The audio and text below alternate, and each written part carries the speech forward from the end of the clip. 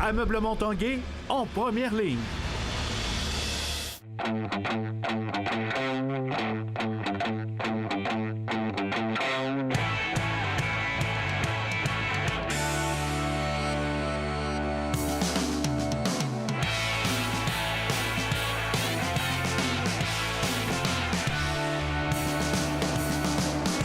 Salut, ici Jonathan Fournier, je vous souhaite la bienvenue à l'Esprit sportif. Aujourd'hui à l'émission des nouvelles de Félix Auger-Aliassime, on vous parle de triathlon, mais tout d'abord parlons de motocross. Une nouveauté cet été ici même au Motocross des Chambeaux, une nouvelle école. Pas un camp de vacances, vraiment une école de perfectionnement pour amener son sport un peu plus loin. Ça s'adresse à la relève en motocross. J'ai rencontré l'équipe du Team Cobra Elite.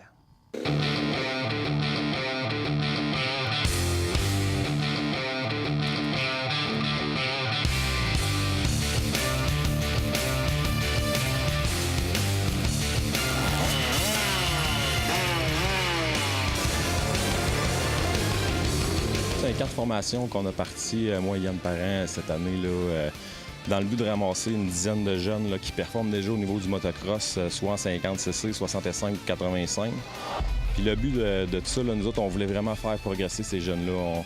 On savait déjà que ces jeunes-là étaient capables de performer au niveau là, compétitif de course de motocross sur le réseau de course au Québec. Mais on savait également le potentiel qu'on était capable d'aller chercher dans ces jeunes-là. Donc, c'était le but de faire progresser ces jeunes-là là, dans leur sport favori, qui est le motocross.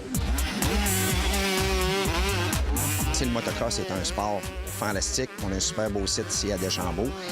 Et puis, c'est vraiment des parents là, qui poussent à toutes les fins de semaine, qui font le Challenge Québec. Même l'hiver, ils vont en Floride.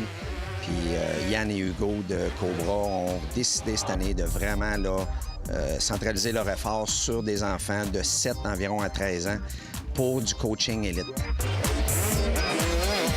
C'est vraiment personnalisé. Les jeunes, ils roulent pendant 10-15 minutes, ils se font arrêter, ils se font débriefer sur les erreurs, qu'est-ce qu'il faut qu'ils améliorent, où passer dans les lignes de courbe pour que ça soit plus rapide pour eux autres là, quand le temps des courses va arriver.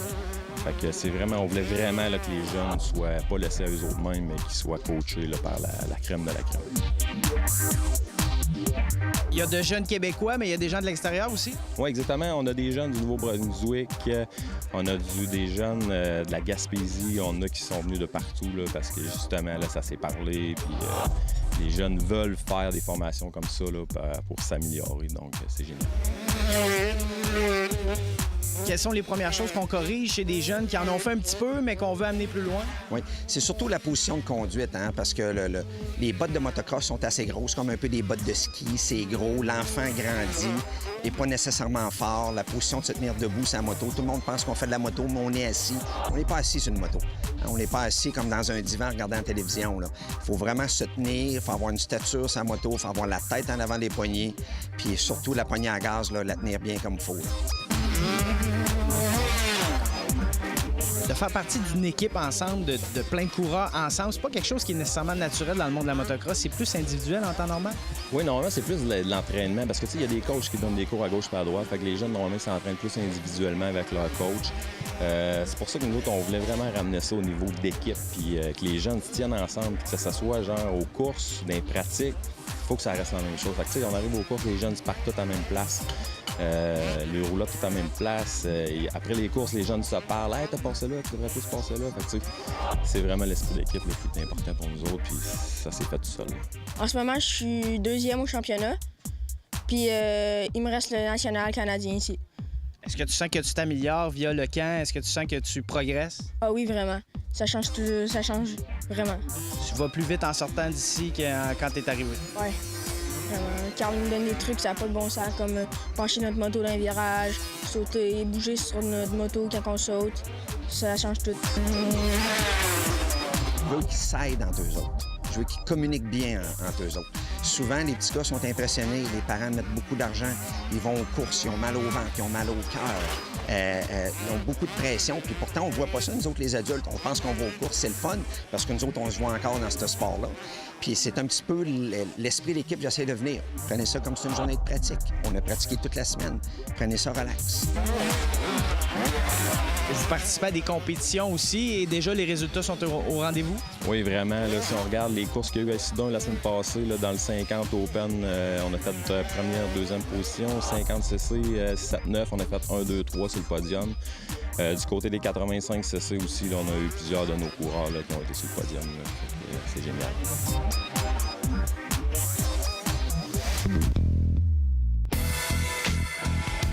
En tennis, au Challenger de Marbourg en Allemagne, Félix Auger-Aliassime a remporté son match de deuxième tour aujourd'hui. Le jeune athlète de 17 ans a vaincu le Suisse Henri Laaksonen, 8e tête de série de la compétition en 2 manches de 6-3 et 7-6. Auger-Aliassime a claqué 4 as, mais a commis 6 fautes doubles. Il a réussi 69 % de ses premières balles de service. Lors des quarts de finale, Auger-Aliassime affrontera l'Allemand Oskar Otte, 166e raquette sur l'ATP. Après la pause à l'esprit sportif des athlètes de triathlon de Québec.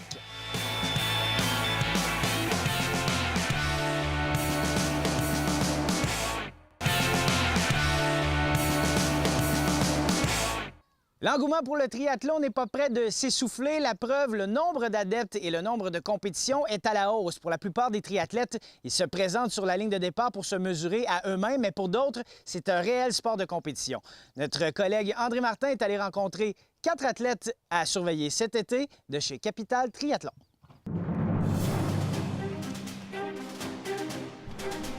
On va faire 3 départs de masse.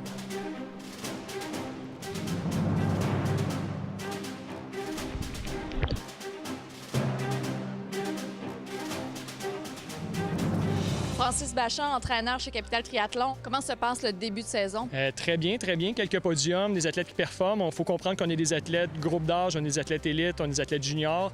Ça se passe vraiment bien. C'est un bon début de saison, un gros début de saison. On est plus gros que l'année passée. On a plus d'athlètes. Donc, plus d'entraîneurs qui suivent ces athlètes-là dans les Coupes Québec. Très bon début de saison. Chez Capital Triathlon, vous avez 4 athlètes à surveiller cet été. Exactement. Donc, en partant de la catégorie U15, on a Marika Couture qui est qualifiée pour les Jeux du Québec. Petite nouvelle, on va l'appeler, mettons, l'étoile montante de Capital Triathlon. Travaille très fort aussi, très forte en natation, très forte en vélo, polyvalente, un très bon espoir. À quoi ressemble ton été côté compétition? Je participe à toutes les Coupes du Québec. Donc, j'en ai fait déjà quelques-unes et je vais participer aux Jeux du Québec. Quels sont tes objectifs? Mes objectifs pour cette année, vu que c'est ma première année U15, c'est faire un top 10. Puis à date, j'ai réussi toujours top 5.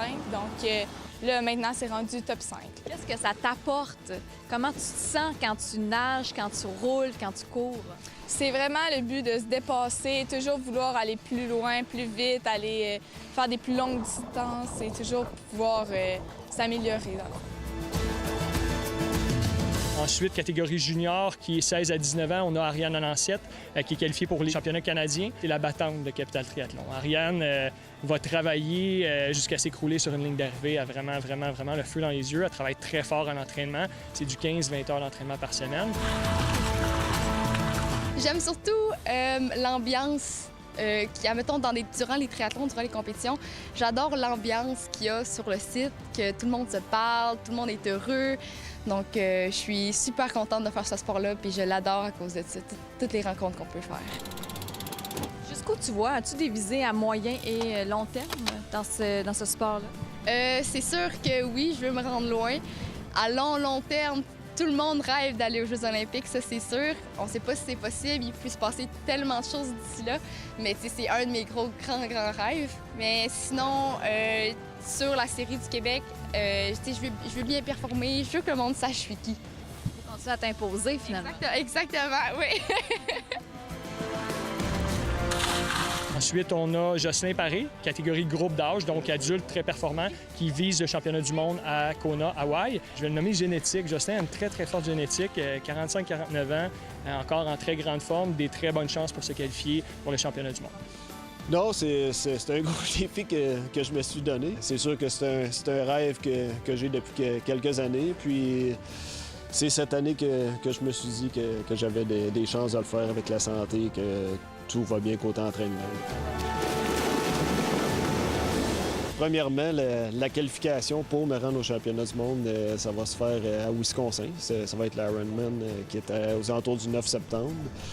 Donc, ça va être le Ironman, c'est 3,8 km de nage, 180 km de vélo, suivi d'un marathon 42,2 km. Est-ce que déjà à ce moment-ci, tu sais quelle sorte de performance tu dois faire pour te qualifier? Mais maximum 10 heures, ce serait ce que j'aurais à faire. Puis encore là, tout dépend de qui est là, puis on ne sait jamais à quoi ça fait. Et ensuite, on a notre athlète professionnel qui a fini 12e à Tremblant la semaine passée. Donc, première saison de professionnel pour Christopher Bossett. All right, donc 3 départs de max. Qu'est-ce que je veux que vous fassiez? On se rend jusqu'à la bouée orange. L'année passée, Christopher était groupe d'âge, était à son 2e demi-Ironman, a causé la surprise à Mont-Tremblant en finissant top 10 devant plusieurs athlètes professionnels. Très, très caractéristique de Christopher, très humble, très accessible comme athlète professionnel. Bien essayé.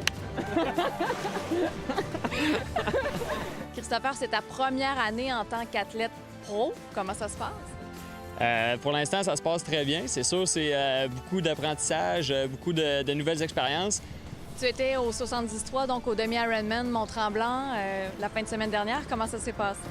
Ça s'est super bien passé. Donc, c'était ma 2e course chez les professionnels. Je suis arrivé au finish, le premier Québécois pro arrivé à la ligne d'arrivée. Donc, j'étais super heureux de ça. C'était vraiment un bel accomplissement. Puis c'est d'autant plus une fierté parce que c'est ici au Québec. C'est sûr que l'objectif ultime reste d'aller pas seulement au championnat du monde, mais au championnat du monde en tant que professionnel. Donc, c'est sûr que ça, ça serait vraiment une grosse étape.